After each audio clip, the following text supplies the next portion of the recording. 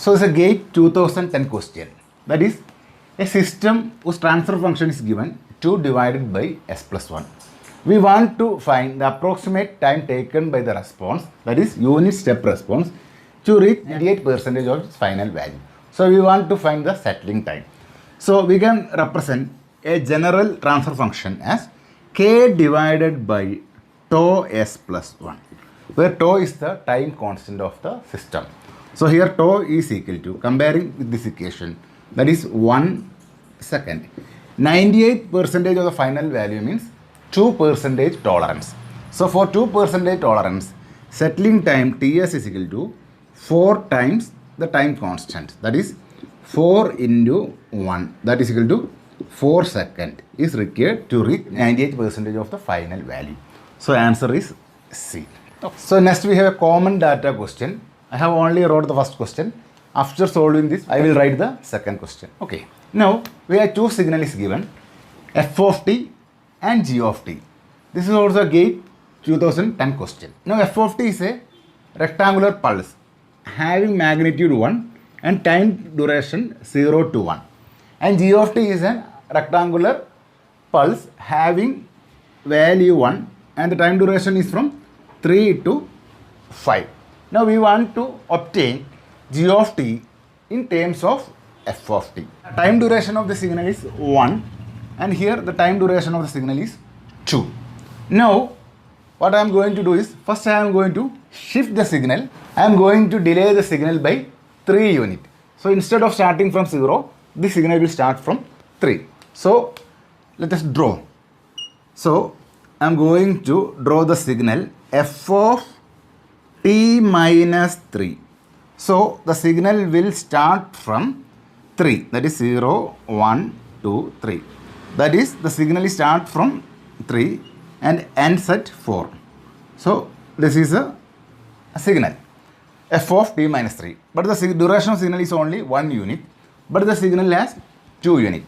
Now we can use the scaling property of the signal. That means we can scale the signal as f of t minus 3 by 2. So we can draw this signal. The signal I am drawing here. So this is 0, 1, 2, 3, 4 and 5. Magnitude is 1. The signal f of t minus 3 by 2. So signal will start from 3 and ends at. So this is same as that of the g of t. So g of t is equal to f of t minus 3 by 2. This can be written as f of t by 2 minus 3 by 2. So D is the correct option. The second question is to find the Laplace transform of the signal g of t, and options are given. Now we can construct the signal by making use of two delayed unit step signal. That is, first I am drawing a signal that is starting from 3. So this signal can be represented by u of t minus 3. Now I am drawing another signal that is u of t minus 5. This signal will start from t is equal to 5. Now subtract 1 and 2. So we will get the signal like this. Starting from 3, 0, 3 to 5, the value of the signal is 1. From 5 onwards, 1 minus 1, that is equal to 0. So this is 3 and 5. So g of t can be represented by the difference of these two signals. That is, g of t is equal to u of t minus 3 minus u of t minus 5. Now take the Laplace transform of the signal. That means g of s, that is equal to, the Laplace transform of the signal is e raised to minus 3s by s minus e raised to minus 5s by s.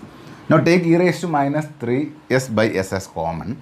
So we can write this is equal to e raised to minus 3s by s into 1 minus e raised to minus 2s.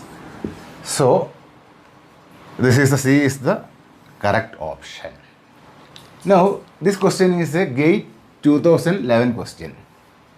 The given Laplace transform of f of t is indicated by f1s, and the Laplace transform of delayed signal, that is Laplace of f of t minus tau, is given by f2s. And a function g of s is defined as f1s into f1 of s conjugate. This is the conjugate of f1s divided by modulus of f of 1s the whole square. Okay, now the inverse Laplace transform of g of s, that is g of t, is choices are given: an ideal impulse del of t, a delayed impulse del of t minus t, a unit step function u of t, or a delayed unit step signal u of t minus tau.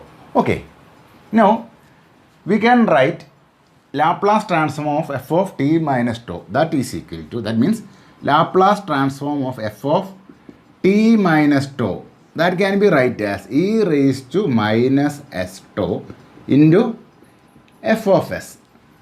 Since Laplace transform of f of t is f1s, so this becomes e raised to minus s tau into f1s.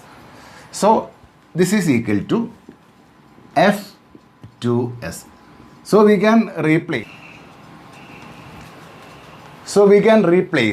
f2s by e raised to minus s tau into f1 of s. So we can write g of s is equal to, f2s is replaced by this state, that is e raised to minus s tau into f1s into f1 conjugate s. Okay, whole divided by f1 as the square. Now using the property of Laplace transform, f1 as into f1 conjugate s, that is equal to f1 as the modulus square. So we can replace this term of the numerator by f1 as modulus of f1 as whole square, that is equal to e raised to minus s tau into f1 as modulus the square divided by f1 as the modulus the square. These two terms get cancelled. So g of s is equal to e raised to minus s tau. That means g of s is equal to e raised to minus s tau. Now take the inverse Laplace transform. So we will get g of t, that is equal to del of t minus tau. That means this is an ideal delayed impulse, delayed by t unit, that is del of t minus tau. Okay, this is a GATE 2015 question. The impulse response of a linear time invariant system is given as h of t. This is impulse response. The value is 1 from 0 to 1. Now, the Laplace transform of this is h of s. Now, system having impulse response h of x is connected in cascade. That means connected in series. So we want to find the overall impulse response of the system. This is the problem. Now we want to find the maximum value of impulse response of the system that is connected in cascade. Okay. And choices are given 2 by 3, 3 by 4, 4 by 5, 1. Now we can assume this is a rectangular pulse. Now let us assume h of t is a unit step signal. Let this is equal to h of t. So this is 1, 0 as a function of time. And the h of s for this is 1 by s. So suppose we are impulse response is a unit step signal. Then h1s is equal to 1 by s. That is in cascade with another system having same impulse response 1 by s. So the overall impulse response can be represented by 1 by s square. Okay. So this is the impulse response of the system. Let this is represented by some g of s, that is equal to 1 by s square. Now take the inverse Laplace transform. We get g of t is equal to, this inverse Laplace transform of 1 by s square is t. This is a unit ramp signal. We can draw the unit ramp signal as this is 0 t. This is our g of t. That is equal to t. This is the signal t. Okay. So when t is equal to 1, the value of signal is 1. When t is equal to 2, the value of signal is 2.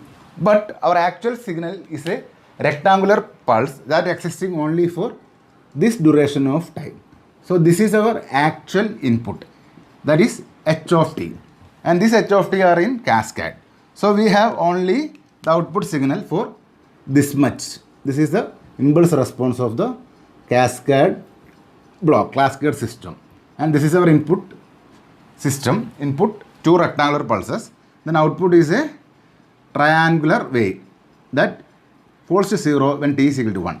So the maximum value attained, that is equal to 1 at t is equal to 1. So D is the correct option. I think it is clear. A transfer function of a system is given, that is g of s is equal to 1 minus 2s divided by 1 plus s. Now we want to find the unit step response of the system, and options are given A, B, C and D.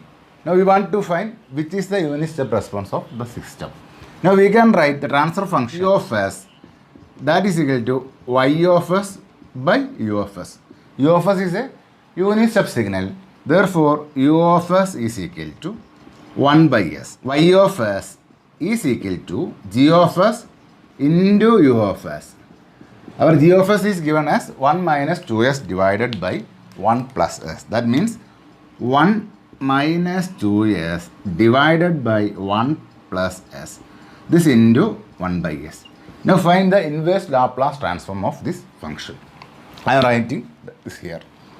That means we can write y of s in partial fraction expansion. That means a divided by s plus b divided by 1 plus s. Okay, this is our y of s.